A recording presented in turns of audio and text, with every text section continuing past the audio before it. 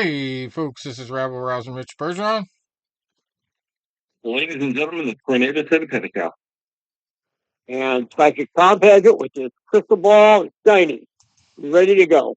All right, well, I'll tell you, I made a good bet the other night. I did not get a single parlay to pay off, and the only MMA event of the week.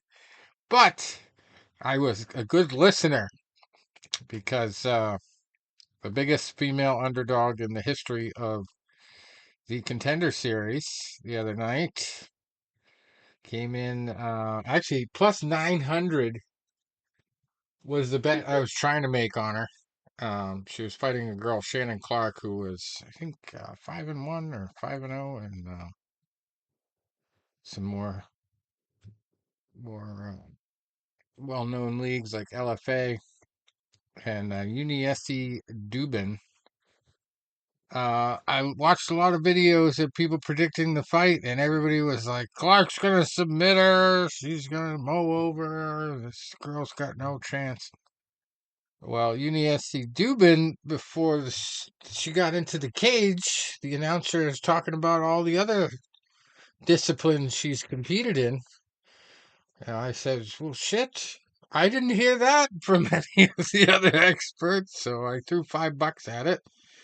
I tried to get it for plus 900, but after that guy said that, obviously a shitload of money came in on her because her odds went from plus 900 to plus 750 before the fight started.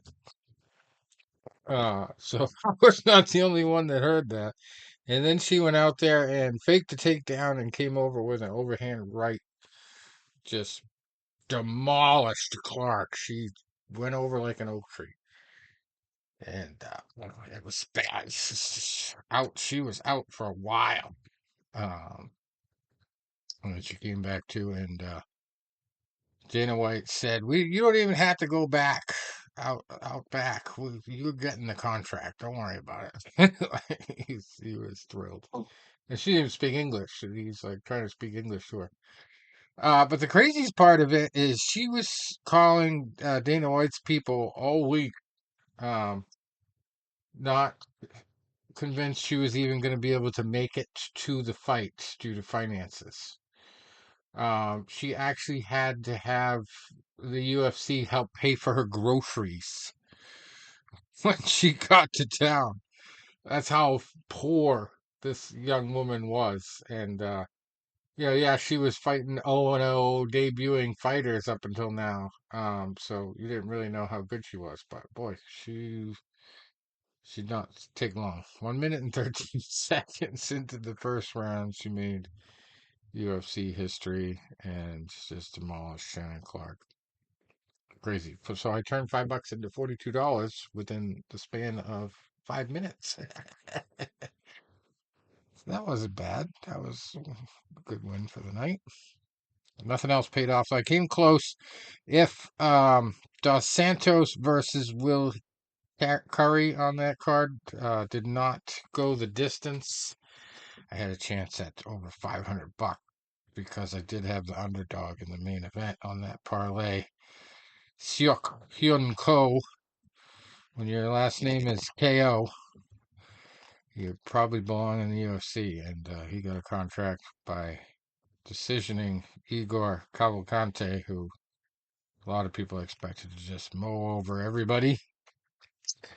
And he did not look that even technically that good. He's just, this guy Ko just obviously had the better game plan. It's a crazy fight. But went the distance there. And guy from Brazil, he was like one of the only guys I thought was from the group of underdogs that had a chance. And this one went against the trend because there's been like 2 underdog wins in 3 weeks. And this is 2 in 1 night. No, 3 in 1 night here. Because Ko was an underdog, Dos Santos was the underdog, and Dubin was the underdog. Austin Bashi versus Dorian Ramos, that was very easy. I either had Bashi by submission or TKO or fight not to go the distance on most of my bets. And then in the first fight of the night, Quillen Suckled uh, beat Gage Young by unanimous decision. looked pretty good doing it. Got the contract. Um, so it was a good little card. Dana was very thrilled with her, with his young prospect, UniSC Dubin. And what a story! Like literally from rags to potential riches. She was not doing good financially. Upcoming this weekend at the Apex, we've got Gilbert Burns versus Sean Brady. And Gilbert Burns has already come out and said, I've got maybe one or two fights left in me. So he has really got to step it up here if he wants to go out with some statement wins. We'll get to that in a minute. We got some boxing to talk about. I did not take Tony's advice because I'm not that smart when it comes to boxing betting.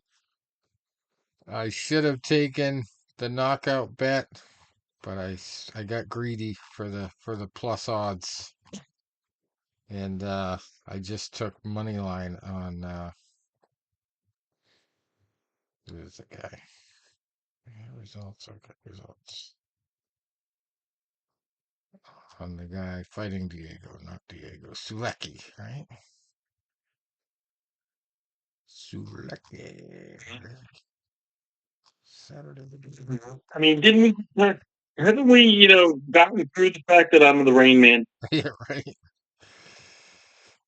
Yeah, Diego Pacheco took 6 rounds. Actually, Sulecki had a good start.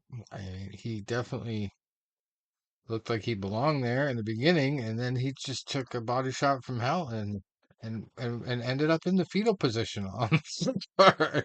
He was not getting up. It's one of the craziest body shot knockouts I've ever seen. I don't know whether it was a liver shot or if he broke a rib. Um, I've actually broken a rib in sparring. I didn't. No, I didn't get an X-ray or anything, so I didn't confirm it. But I was pretty sure it was broken. And I finished the round. Like, wasn't that bad, but I guess this one was much harder.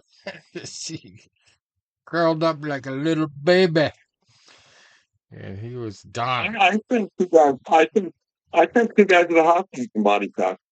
I thought I broke their ribs. Both of them experienced. You know, not a feeling. No, no. If that's not bad enough, Jesus lost too. I split decision. Jesus Arrechiga Valdez falls to 21-2, and Arturo Papoca stayed undefeated, 15-0-1 now, with that split decision win. And it was a crazy story in the female fight. Ginny Fox, Fuchs, Fuchs.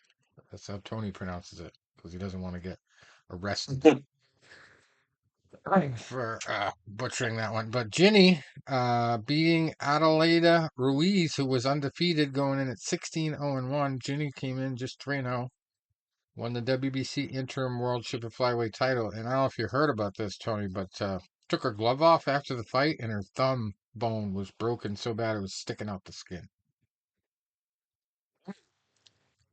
I don't know how you break your thumb like that in a boxing match, especially with 2-minute rounds, but it happened. It happened. Well, you throw a punch the first way, and you catch on the side of the head, funky delivery. Yeah. That's gonna happen. I mean, I'm gonna be 40 enough years where I've seen almost everything. See, one of the first lessons I learned at Rock Haven, we had, Dr. Fox, was our coach, and we had Tim Cooper with our assistant, and we had another coach who was an advisor. He was an old widower, and Coach Mike. And he said one of the first things he would tell everybody on their first day in that gym, he's like, don't you dare go up to that bag and punch it without wrap and glove. He goes, because I saw it one time go up there and He hit a bag without wraps and gloves, and his knuckle went back into his wrist. Mm. Oh, oh, yeah, that hurts. Just thinking about it. So yeah, Ginny had a good night, but probably had to go to the hospital to get that set afterward. Yeah. Bad one.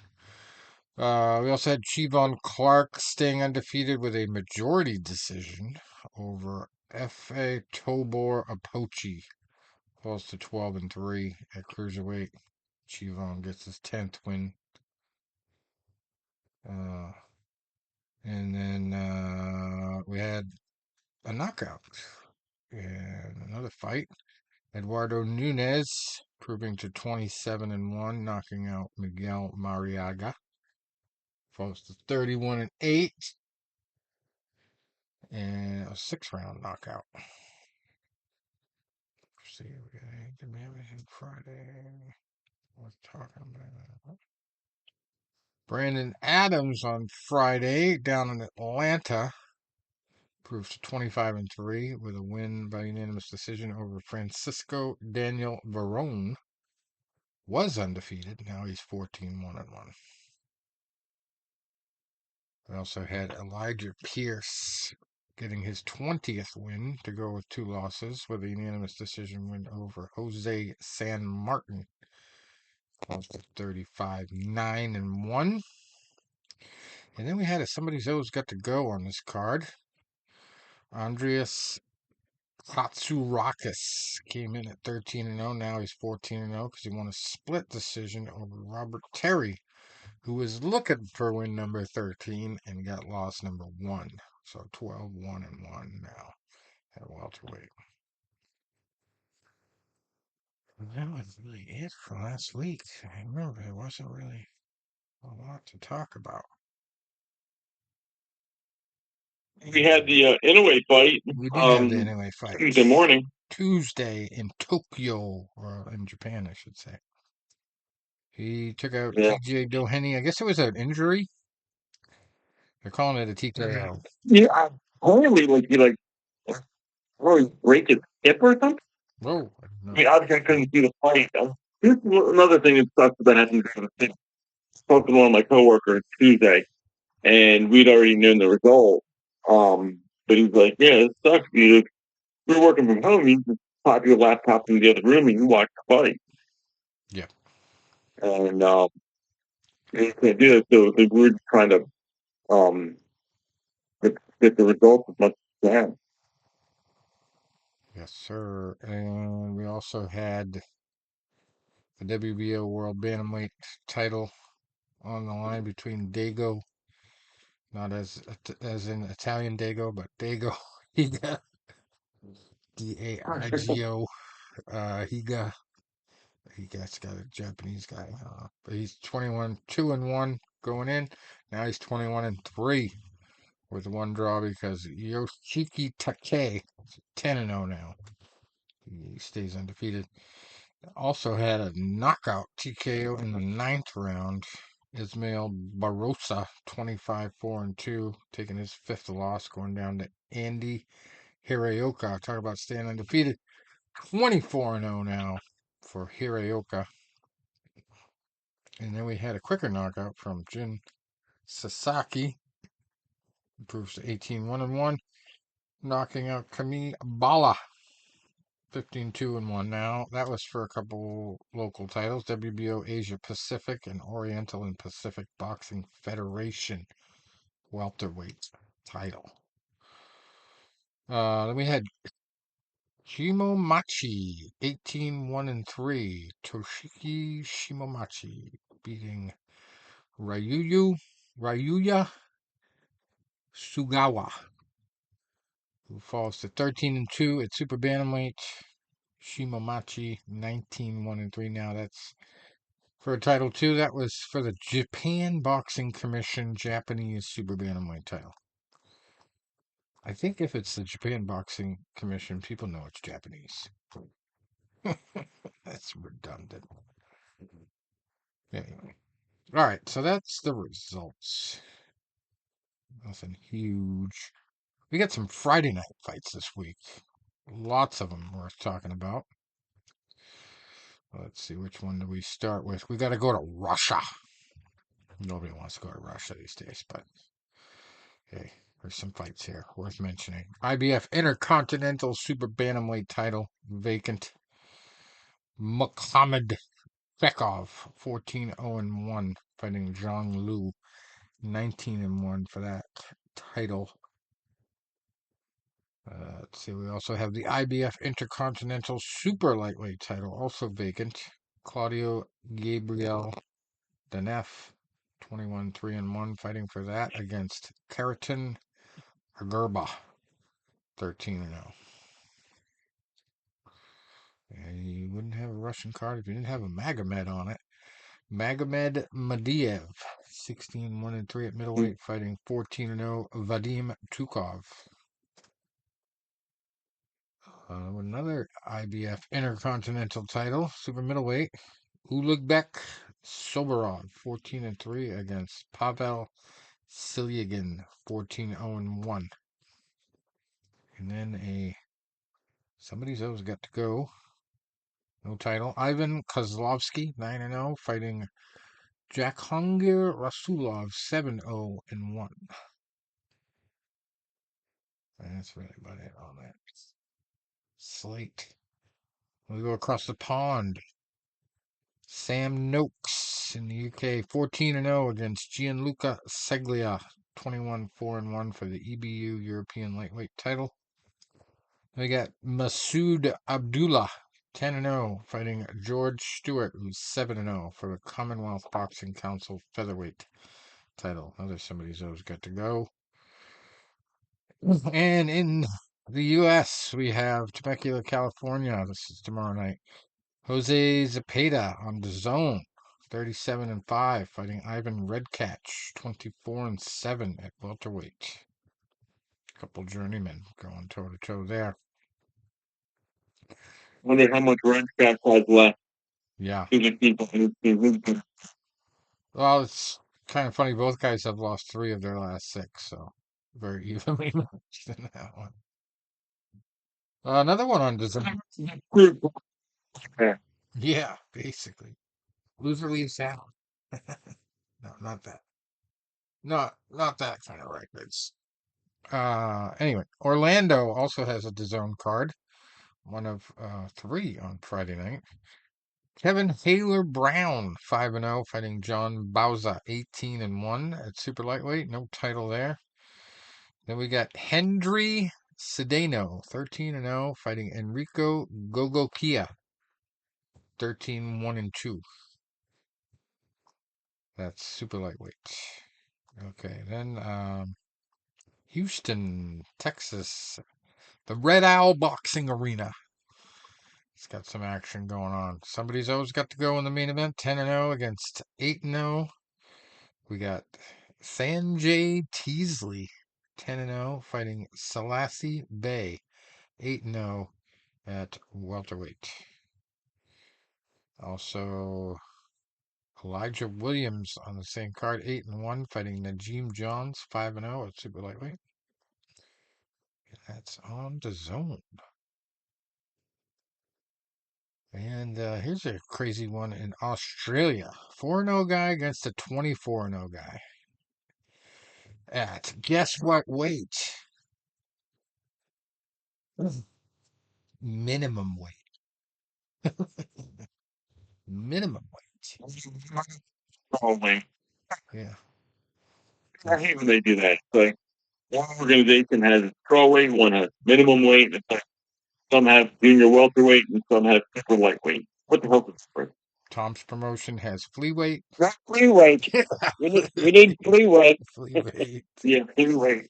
Minimum Alex weight. Winwood here coming in. Yeah, 75 pounds. Alex Winwood. We don't know if he's related to Stevie. It's a famous song there. 4-0. Fighting Samanoon Nyamtrong, who is 24-0. And I'm guessing Australia's own Alex Winwood here is probably not the favorite, even though he's 4-0. But I'm guessing he's Australian because this is in Australia. Minimum weight. That's crazy. I actually had a bad experience with an Australian today. Went to go pick up a trailer that was for sale on Marketplace. I drove an hour and a half to go get it, and I showed up and I said to the guy, he met me there, and I said, I'm here to pick up the trailer, and he's like, well, that's funny because the guy who was going to buy it just picked it up. What? Apparently, his wife didn't realize they were two different people they were talking to. And yeah, 10 minutes before I got there, somebody else came early. I stuck around and waited so I'd be there right when the guy was getting home. And yeah, the early bird got the worm. And he's off to Australia. But he was cool. He gave me $20 for gas anyway. Ah, crazy shit. Hate when that happens. You know, when you have like a weird feeling something like that's going to happen, and it happens. I hate that too because I did have that thought. 'Cause right before he got there, I looked around the property and I didn't see the trailer anywhere. So I hope he didn't sell it out from under me. But like when I texted him earlier to check, I told him I was going to be there, and he's like, "Oh, I'll be there no later than 4:15." Yeah, that's what happens when you're trusting Australia. Anyway, also a female fight on this card: Viviana Ruiz Corredor, who is 8-1, fighting Louisa Houghton, Hawton, 11-2 at flyweight, not fleaweight, flyweight. All right. Then we go to Germany, Cologne, Germany. Number 35 in the world against number 193 at welterweight. Ermal Hadrabias, 18-0-1. Fighting Yunez Zara, 11-0. So somebody's always got to go there. 4 titles, the WBC International Super Welterweight title. And yeah, that should be a good one. And we got some more Saturday fights in Tokyo. Makito Nakano, 10-0, fighting Bricks Piala, 9-1, for the Oriental and Pacific Boxing Federation featherweight title, which is vacant. And it's not Edward James, but he may be related. Is Naidi Rodriguez Olmos, Olmos, just like the actor. 7-0-1, fighting Sana Hazuki, 12-8-1. And we got all kinds of lightweight fighters here because this one is for another lighter weight title. Can you guess which one? Bueller. Bueller. I'm gonna make up a weight. I'm gonna call it Adam weight. Yeah, it is. It is Something like Adam. It is. really? I like it. There is a real weight class. Atom weight. ATOM.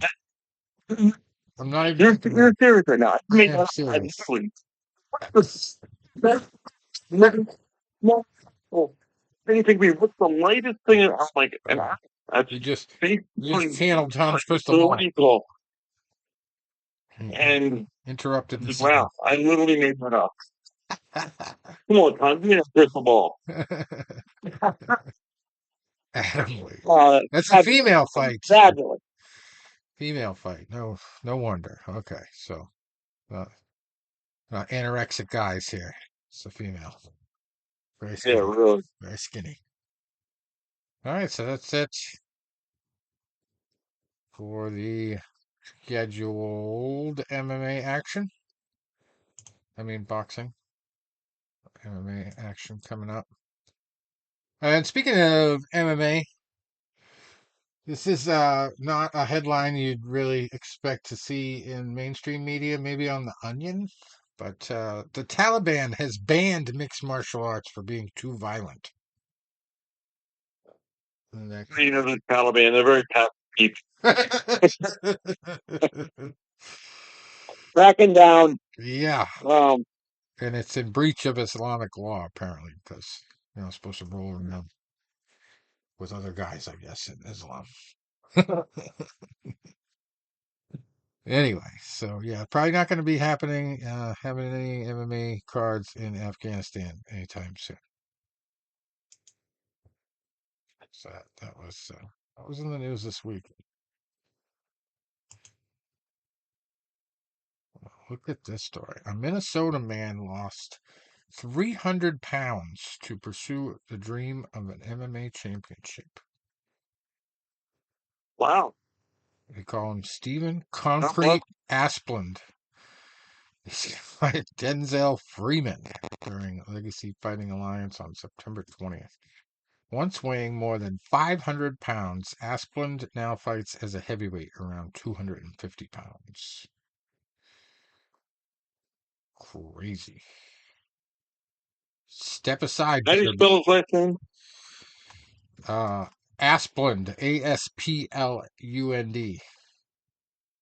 Kind of like the tree No company. H P on there, right? Yeah, kind of like the tree Yeah. company, There's right? the street better than my client. Yeah, I remember you talking about that. So yeah, There's one of the family members, but I guess not. this guy's 9-0 now too. Not only did he lose all the weight, Hey, he's I still love them. doing pretty good in MMA. We got to call our buddy there, the filmmaker up there in Canada. The Transformation Show. Yeah, that's crazy. Stephen Asplund believes this is truly just the beginning, and he hopes to inspire others. That's funny, though. In the middle of the article, they had to put this in there. It's fair to say Asplund's always had a hunger in more ways than one.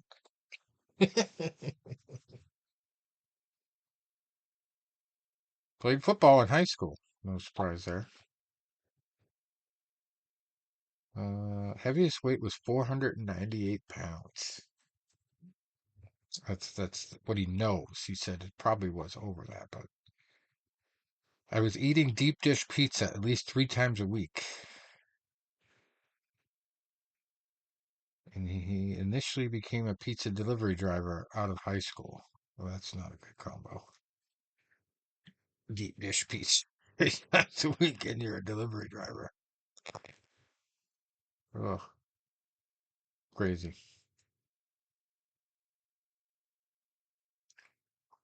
So yeah, he's got UFC hopes, but we'll see. Well, maybe we'll see him on the Contender one of these days. He keeps winning. And remember we talked about this briefly a couple times. Guy named after Dan Gable, Gable Stevenson. Thought he was going to be a WWE wrestler because he didn't want to go into MMA for some reason. Turned out he ended up getting a job with the Buffalo Bills. Well, now he's been released. So what does he do now? He actually passed on the opportunity to wrestle in WWE. He was going to be a shoo-in basically, and suddenly there was all this news about him joining the Buffalo Bills. Uh, and he had never played a down of football before he signed with Buffalo in May. But they just didn't need him. To do what he did in the short runway that he had, I was impressed, said the general manager of the Bills. I'm hopeful that he will stick with us. We wouldn't close the door on bringing him back here at some point. But he doesn't really know. Doesn't really know if he's going to go do that again. But yeah, that was kind of a surprise. Gave up a lot of good opportunities to try football. Did not work out. Not at all. I don't know if this was last week, but wasn't that Floyd Mayweather fight last week? John Gotti, the third fight? With the stand with John Gotti the third. Yeah, or was that the week before? Yeah, John Gotti the I third. think. Well, I don't think it wasn't this past weekend. It wasn't Labor Day weekend. I Okay, think it was week before. so we already talked about that. All right. So we go to UFC Fight Night 242, Burns versus Brady. And not Tom Brady, Sean Brady, Okay. Mr. Burns from The Simpsons versus Tom Brady. Gilbert Burns, he is 22-7. Hopefully he doesn't perform like what was his cousin Herbert, because it's not going to do it this time around. Sean Brady coming in at 16-1. Gilbert 22-7, but I doubted him before, and he got a submission win. Uh, they've got this thing they call the long shot parlay. This guy Ian Parker over there on ESPN puts together these parlays and best bets. This is the lead bet for his long shot parlay. Burns by knockout plus 400. He's also got let's see, what's her first name? Jacqueline Amarim, who is 8-1 at strawweight. She's fighting Vanessa Demopoulos, former stripper, made famous by jumping directly into Joe Rogan's arms during an interview. She won a couple good fights. I think she won her last fight like with her arm out of socket the whole time. She couldn't feel her arm or something like that. Anyway, Vanessa is 11-5, and the second leg of the long shot parlay is her by submission, which would be, or no, Amarin by submission, which would be plus 275. Then the other guy on the list, he's got the guy fighting Trevor Peek, Yanal Ashmos, 7-1 at lightweight, fighting Trevor Peek, who's 9-2. And Ashmos by knockout or TKO is plus 1200.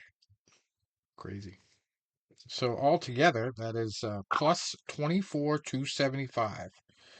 So a $5 bet on that three-legged parlay would give you around $1,200 plus. Crazy. Crazy. Could happen though. Could definitely happen. Anyway, Gilbert Burns coming in 22-7. Sean Brady 16-1. Gilbert is definitely very skilled on the ground, very capable of a knockout. But Brady is just very well rounded. I believe his only loss is to Bilal. Bilal Muhammad? Yes. Bilal Muhammad by knockout in the second round. He's been in the UFC since 2019. His debuting opponent was Court McGee. Very tough guy. Kelvin Gastelum was his last opponent. Beat him back in December by Kimura last December. But other than that, really, he hasn't fought the top level talent. And you could even say Gastelum has lost a step since he came into the UFC. It hasn't looked as good in his last few fights. Bilal Muhammad is the best fighter he's faced, and he lost very quickly, second round. So I definitely like Gilbert Burns as an underdog. I'm not saying I'm gonna, have no bets with Sean Brady because I'm gonna hedge it, but Gilbert Burns is a very live dog here, especially with him talking about closing out his career soon. So I haven't done like a shitload of research on this one, but let's just click on Gilbert Burns and compare the resume. Jack Della Maddalena knocked him out in the third round just this past March, so he's the fresher fighter at least. He did get knocked out late. He also lost to Bilal Muhammad, but it was unanimous decision loss. So if you like that MMA math stuff, it rarely works. You got one guy losing by decision, the other guy losing by TKO. Does that mean the other guy's better? The one lost by decision? You don't know. Anyway, Jorge Masvidal before that. Burns beat Neil Magny before that. He choked him out in the first round. Also faced Khamzat Chimaev. Talk about the best of the best. Lost to him. But again, unanimous decision. Stephen Wonderboy Thompson went down by unanimous decision to Gilbert Burns back in 2021, and it was Kamaru Usman before that knocked him out in the third round. Well, that's two knockouts in the third round. So I would say the over 1.5, if that's live, that would be a good bet. Either way. Or third round knockout for Sean Brady, I bet is really high odds. He likes to get knocked out in the third round. Demian Maia, he beat Tyron Woodley, Gunnar Nelson. I just think he's beat the higher caliber fighters that he's faced. He just seems to only lose to the best of the best here. I mean, Jack Della Maddalena is really not proven yet, but he's one of the best. Really streaking up there. That's probably his weakest opponent, which is saying something. Only loses to really legends. So this one's a little bit closer than it looks on paper, I think, but I'd say Sean Brady by decision or Gilbert Burns inside the distance. Be a good one here. Then we have a great female fight. Jessica Andrade versus Natalia Silva. But anyway, what do you think about the main event there, Tom? What's your crystal ball telling you? Well, which Burns is going to show up because he is so hot and cold sometimes. Yeah. Hard to argue what you just said, but maybe he's got one good night left in him. Yeah. As his career's winding down. And I was remembering that Stephen Thompson fight, and he just wrestled. And if he can pull that off, if you're going to bet on that, I wouldn't risk the house. Right. Yeah. Well. I know his career is winding down, but I'm telling you, he's just hard to figure. So I guess logically, I'd have to agree with you about the decision, but I don't think he'll stop Burns. Probably not. Probably not. Uh, Unless it happens in the third. Burns is a live dog. Third round. He likes to get knocked out in the third for some reason. He's definitely a live dog, and don't worry, Tom. The most I've ever bet was $100 on a parlay, and it happened just the other night, and it won. And it was a free bet because DraftKings got all fucked up one day, and it wouldn't allow anybody to make bets or cash out. So they were like, "All right, we feel bad. Here's a free $100 bet." So I was like, "Oh, geez, the pressure's on." And I did a 4-leg parlay and won 200 and something. So if I could have broken it up, I would have definitely not stressed. But I was like, Jesus, I gotta pick some sure things to, to not waste this one. Well, yeah, previously when I first started betting, I threw $80 at a college basketball game, and the team was way up and they lost. I was so pissed. So I never bet anything more than $5 usually now. Maybe like 7 or 8 if I'm really feeling frisky. But yeah, multiple bets, just under 100 all the time. Anyway, so that's your main event. The co-main event, I think, is actually even better for the dog. If you like Jessica Andrade, but again, that's one of those things which Jessica's going to show up. She is capable of the knockout. Like same deal with Herbert. She's faced the top level talent. Well, Natalia. She's got a hefty record, 17-5, but has not been in UFC as long, and nowhere near the level of talent.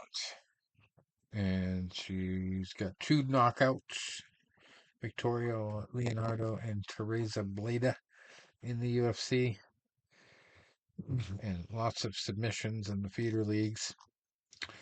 But most of her fights in the UFC have gone to decision, so that might be an over play, over 2.5 probably. to be safe if you don't want to pick either girl. But Andrade on the money line would be a good bet. She's won two in a row. Beat some girls like Mackenzie Dern, which probably not a lot of people expected her to beat. Last three losses were in a row. Tatiana Suarez, Zhao Nan, and Erin Blanchfield. All very tough girls. My name is Lauren. She beat Lauren Murphy by unanimous decision back in January of 2023. So, yeah, Rose Namajunas, Valentina Shevchenko, and Wiley Zhang were the three losses before that. So, same deal. Like, she's only really lost to the best of the best. So, is Natalia Silva the best of the best? We will find out. But yeah, I like the over 2.5. That's probably the safest bet there. I don't know what the odds are. Move on to the next fight here. We got Steve Garcia, 16-5 against Kyle Nelson, who is also 16-5 with one draw at featherweight. I have a lot of draws in MMA, but Garcia loves his knockouts. 81% knockout rate in his wins. He's got three lone decisions, 13 knockouts. Knocked out just about everybody he's fought in the UFC. Yeah, everybody. A lot of them in the first round. Chase Hooper he knocked out in the first round. Last fight, Sung Woo Choi in the first round. Knocked out Melky Costa in the second. 1 minute and 1 second into that one. Nurdanbike Shylan got body kicked and punched out in the second round, just 36 seconds in. So under 1.5, I guess. That's his rate in the last few fights. His last four fights have all been under 1.5. But also, he knocks everybody out. So pretty simple. Do the knockout bet. Last time he had a unanimous decision was when he fought in Fresquez Productions at Jackson Wink Fight Night 4. So yeah, he's goes back a long ways. Kyle Nelson, I really don't know a lot about. I haven't seen a lot of him. I think I've seen one of his fights. He beat a really tough journeyman, Bill Algeo, in his last outing. 4 minutes into the fight, TKO'd him back in March 2024 here. And then Fernando Padilla before that, Blake Builder before that by unanimous decision, and he had his draw to Duho Choi. Lost to Jai Herbert and Billy Quarantillo before that, and Marco Polo Reyes he beat by TKO. 1 minute and 36 seconds into the fight. I wonder if he yelled Marco, and then Polo yelled Polo. So yeah. I like Steve Garcia by knockout. That's pretty self-explanatory with 4 knockouts in a row. Or the under 1.5. I don't think that's a 2.5 fight. And then we have Matt Schnell coming in at 16-8 at flyweight, fighting Cody Durden, 16-6-1. And nobody is giving Matt any chance here. Cody is actually, they're using the term coming off the couch because this fight was not supposed to happen. The Schnell fight, because his original opponent backed out. But they say Cody's coming off the couch here for that. We'll see how that goes. Trevor Peak, 9-2 at lightweight, fighting Yanal Ashmos, 7-1. The guy in the long shot parlay. I really haven't analyzed these guys, but Trevor Peak kind of had a miraculous win in his UFC debut, and he's lost a couple since then. Uh, but yeah, we'll see. This is a tough opponent for him. Ashmos, He is new to the UFC. He's only had 2 UFC fights. Came from PFL before that. Had 1 win with them, and he had a couple other promotions he was working for. He's got 2 official UFC fights, 1 win by knockout in the first, and 1 loss by decision. So, um, he does have, let's see, 3 knockout wins in his career, including that UFC win against Sam Patterson. And I guess, I guess by TKO is not plus 1200 really kind of territory, but that's what it is. But I would probably hedge that and say if you're going to pick Ashmos, I would do the double chance of knockout or decision because that's what he's got most of on his last few fights. Oh, he's got actually four knockouts in his career. 4 knockouts, 7 wins. So that's actually not a bad percentage-wise bet if you think he's going to win. But Trevor Peek is no joke. He can hit like a ton of bricks for his weight. And he also has a few knockouts. He knocked out his way into the Contender Series, to the UFC through the Contender Series. Knocked out Malik Lewis and then Eric Gonzalez in his debut with 1 second left in the first round. And on his way to the UFC, he had a knockout streak. So one or the other guy's probably going to get the knockout. And he does have a lot of first round knockouts. Knocked out Kama Worthy in the feeder leagues in the first round. So that could be another under 1.5. No, it's had his. Well, he had his late. The second. Well, the one UFC one, though, he had in the first round. So that could be an under 1.5 bet. Making it up as I go here. Zhu Rong, 25-5. Fighting Chris Padilla, who's 14-6 at lightweight. Zhu Rong. He's the wrong fighter. Rong, though, he spells it. That's an interesting one. I really haven't seen a lot of either guy. I don't really know enough to pick either way. I am seeing a lot of Isaac Delgarian picks in the next fight. He is 6-1 at featherweight, fighting Brendan Marat, 8-2. And we got Felipe Dos Santos, 8-1 at flyweight, fighting Andre Lima, undefeated at 9-0. Most people think he's going to get that 10th. Yi at featherweight, 25-4, fighting Gabriel Santos, who's 10-2.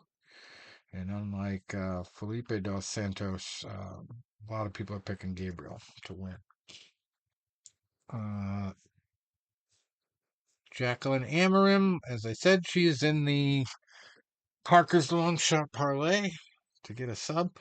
It's 8-1, fighting Vanessa Demopoulos, who is 11-5. She's a hit and miss kind of fighter. Very, very basic though. You know, a lot of 1-2s, leg kicks, that kind of stuff. Very, very basic. Andre Petroski coming in at 11-3 in the second fight of the night at middleweight. He's fighting Dylan Budka, 7-3. Not a lot of people like Budka on that one. Petroski's definitely odds-on favorite to run away with that fight. And then we got Zigimantas Ramaska, 9-2, fighting Nathan Fletcher, 8-1. This one got bumped from the last fight due to some kind of illness. I don't know which fighter had it, but Ramaska had his last fight pulled out from under him on the Ultimate Fighter because of a cheekbone fracture of some sort. So his debut was delayed already because of that. And his chances to win the Ultimate Fighter were dashed by that. So this is kind of the consolation prize. They're putting him on a main event, seeing if he can hang. And a lot of people are picking Fletcher in this one. I didn't really see a lot of them on the show. But they did show a lot of Ramaskus. Like, they really focused on his character a lot. So I think it's going to be one of those situations where a lot of people are going to be rooting for him. But he may not win. Fletcher's only loss is to Dominique Wooding. Ooh, he's in the UFC now. No, he's in the PFL now, I should say. But he has a record of 9-7 now. Dominique Wooding, where have I seen him before? Yeah, probably the PFL. Anyway, no cheap date there. Ramaska, 9-2. He has 3 fights, 3 wins in a row by knockout in blade fights, they call it. Has lost once by TKO to a guy named Bibert Tumanov. A knockout by punch to the body. 2 minutes and 4 seconds into the first round. And then his other losses by unanimous decision. Let's see. Fletcher's only got 1 knockout, though. 6 submissions, one decision. One likes to submit his fighters. That might be a great alternate choice bet then. So you go Nathan Fletcher by submission or Ramaska by knockout. Because Ramaska has 5 of his 9 wins by knockout. So we'll see. 3 straight knockouts in a row in the feeder leagues there. I like him. He's a good character. Lithuania. We'll see what happens there. All right. So then we have Bellator having an event this weekend, competing with the UFC, I believe. It's going to be around the same time. Although I think the UFC card preliminaries start at 4, which is not typical for the UFC, even when it's in Vegas. So I don't know if that's going to help or hurt its facing off with Bellator. But Bellator has a main event. They call it the Champion Series, coming to you from San Diego. Don't know what time that starts. But the main event, Usman Nurmagomedov, undefeated at 17-0, fighting Alexander Chablis, who is 24-3. And that should be a really good fight. They probably fought each other before, I want to say. But Nurmagomedov being undefeated and the cousin of Khabib helps out a lot. But like the submissions, won by decision once and 3 submissions in the first round in his last 4 fights. Although, well, he had his Brent Primus fight overturned to a no contest. But no cheap dates there. Benson Henderson, Patricky Freire, Christopher Gonzalez, and Patrick Paitilla in his last 4 official fights he beat. But this is the first time he's fighting Chablis. That should be a good one. Chablis has half of his wins by knockout. He does have his own good submission record with 7 of them and 5 decisions. Also beat some of the same guys. Beat Brent Primus. It was not overturned. Beat him by TKO in the second. So yeah, that should be a good fight.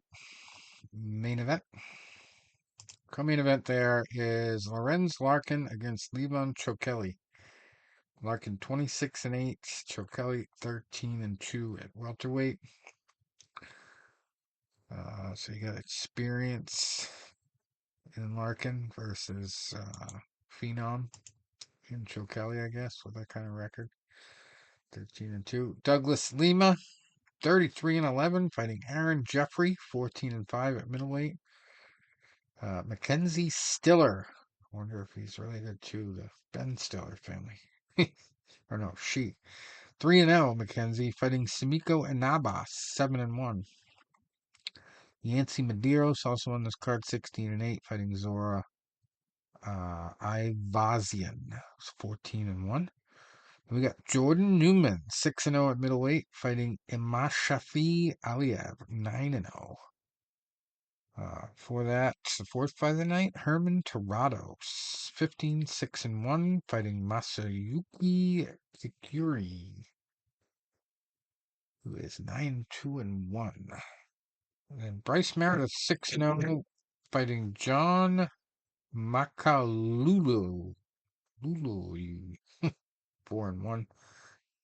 Josh Hokett at heavyweight, just 1-0, fighting Sean Rose, who's 2-2, and then two debuting fighters, Isaiah Cortez and Ashley Thiner. And that is it for upcoming stuff. I see here. Oh, by the way, Joe Kelly's coming in with 13 wins, 2 losses. 10 of those wins come by way of knockout. Even though 2 of his last 3 were by decision.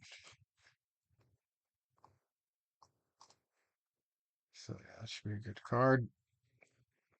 I don't know if you guys have heard about the latest concept that Turk Al-Sheikh has come up with, but what do you think about $20 pay-per-views for boxing matches? You think that's going to stick? That's what he's doing. I mean, if he's willing to, you know, cover it, because everybody's going to want to get paid, and that's why the pay-per-view costs have been going up so much. You take an app like the Zone now. The Zone 5 years ago was you paid for the app $99 a year, and you basically got all the fights. You got the Canelo Alvarez fight, which generally on pay-per-view. Now it's the Zone is like $230 something a year for the yearly subscription, and now you're paying for the pay-per-view. So at $70-$80 a pop. So I mean, since I've had the Zone for 5 years, I don't know if if you have a subscription, maybe it's $50, but if you don't have a subscription, it's 100. I don't know because I've had a subscription 5 years now. Yeah. Maybe he's just thinking with all the free streaming going on because of I guess the Canelo fight now is going to be $90 with Yeah. Fernando. Yeah, and so maybe he's just thinking. Well, what I read, he wants to keep the interest in boxing going. That he's got some momentum going, and maybe he's going to see if a smaller price would make up for all the streaming. Yeah. The free streaming. Who knows? That's what he's actually going for. So he actually is quoted as saying he would prefer to have 1 million fans subscribe for $20 and buy the pay-per-view uh, than less than 500,000 fans paying 40 or $90. Um, and he says too many high pay-per-view prices will lead to further illegal streaming that will not build boxing. And I guess the first one he's going to do this with is Anthony Joshua and Daniel Dubois. So UK fight fans will be paying $19.95 in pounds. Wow, it's 1994 again.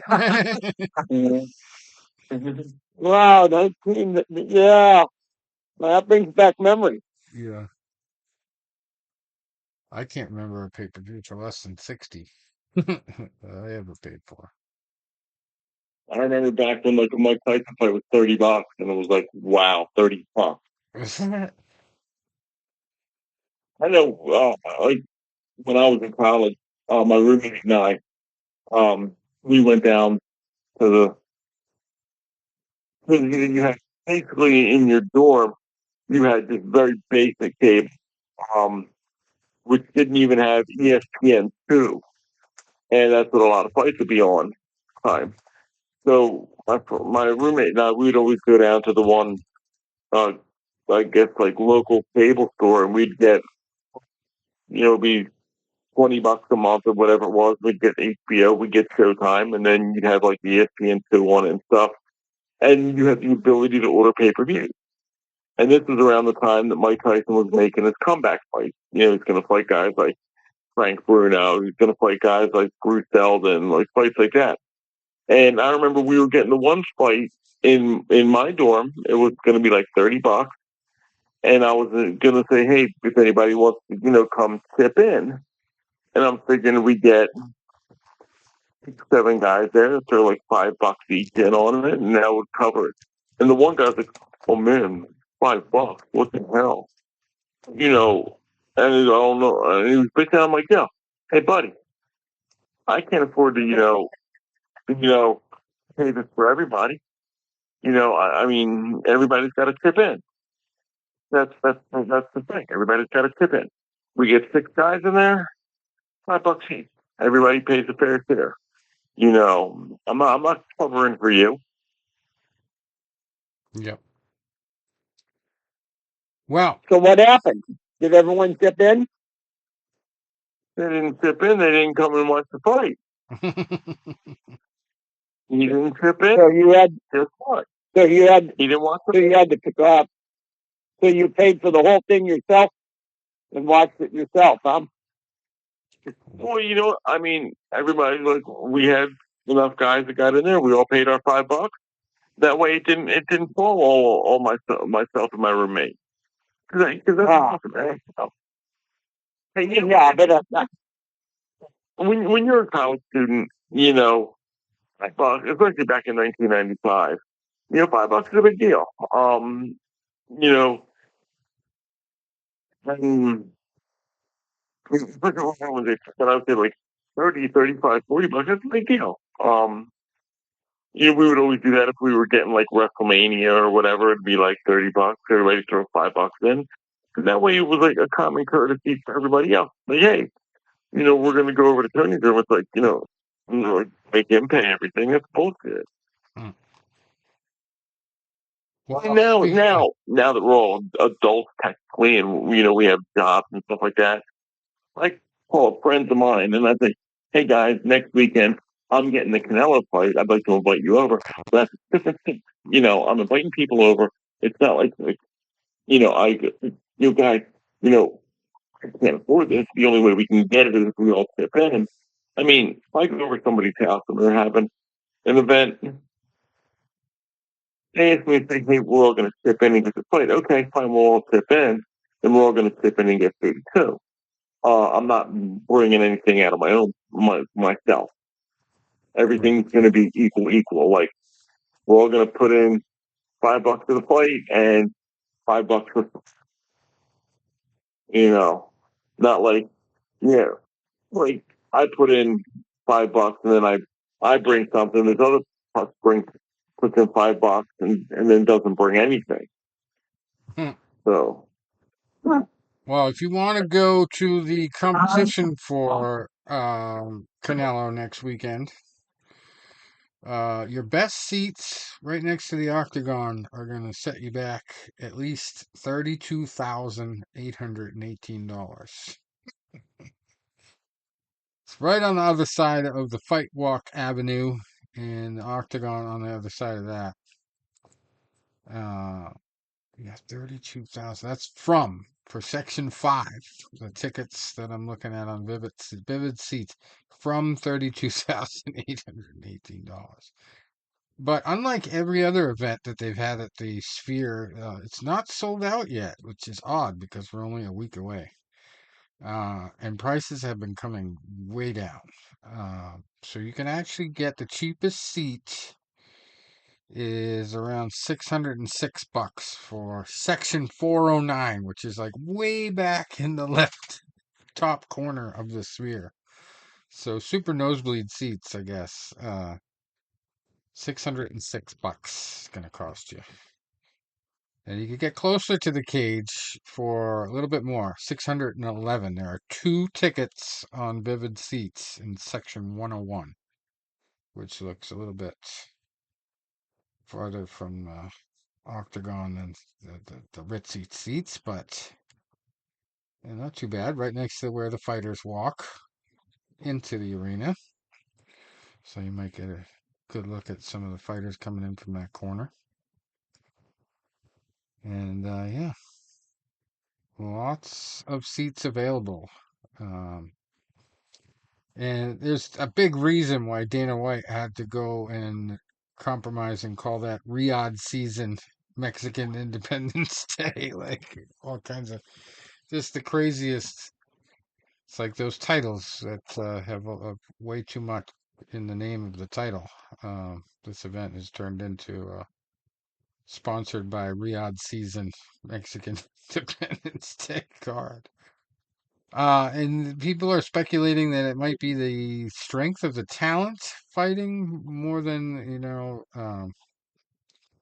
the only event at the Sphere not really selling. But Dana has talked over and over again about how much money he has thrown at this thing. So they really better sell out by the time this fight actually happens, because it's not going to look good if they don't, even with the sponsorships. But it's supposed to be a one-off event. They've got a lot into the production, um, and it's a special building. I mean, geez, it's like $4 billion to build the thing.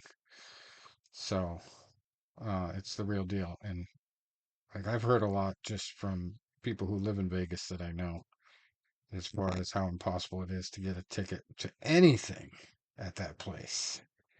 Years in advance, it's basically sold out. So, for concerts anyway. So, this would be a once in a lifetime opportunity if you had a few grand lying around to, to get some tickets. I cannot get out there for that weekend, but boy, I would have probably rather gone to this one and paid good money for seats than go to the Boston one and sit where I sat if I had my choice.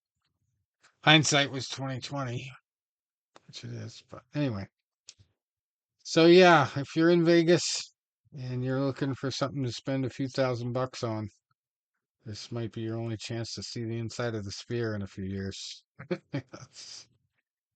There are tickets available.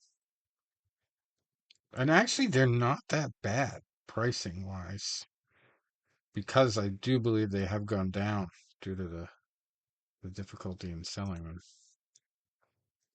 But they're pretty comparable to the Boston ones, some of the cheaper seats. And it's a smaller building.